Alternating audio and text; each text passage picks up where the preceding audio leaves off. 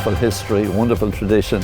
It's a race week where we have 4 big race meetings in the space of 8 days. We have the Derby opening things up on the Saturday, the Cup on the Tuesday, the Oaks for the fillies on the Thursday, and then a final day which is really a championship day.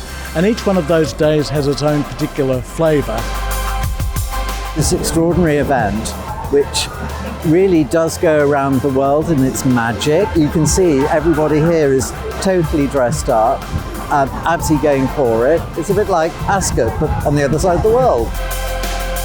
It blew me away. I think it blows a lot of Europeans away when they go and they see the way the press build it up, the way the Melbourne people build it up. I think the build up and the way the Australians get behind the race is huge. We've nothing like that here. I've never been on a race course where I felt that crowd buzz. It's so important and integral to the culture of Australia.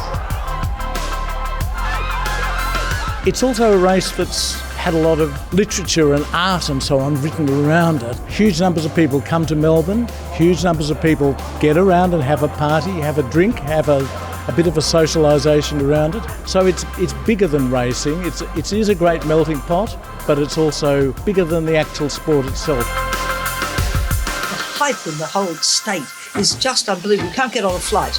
You can't get on a train. The roads are packed coming to Flemington, just coming down south to go to Caulfield, to Moonee Valley. And everyone's talking racing. It doesn't happen anywhere else. You get to introduce to some fascinating new people. You know, you end up making connections that you stay with for life. Everyone buys into it.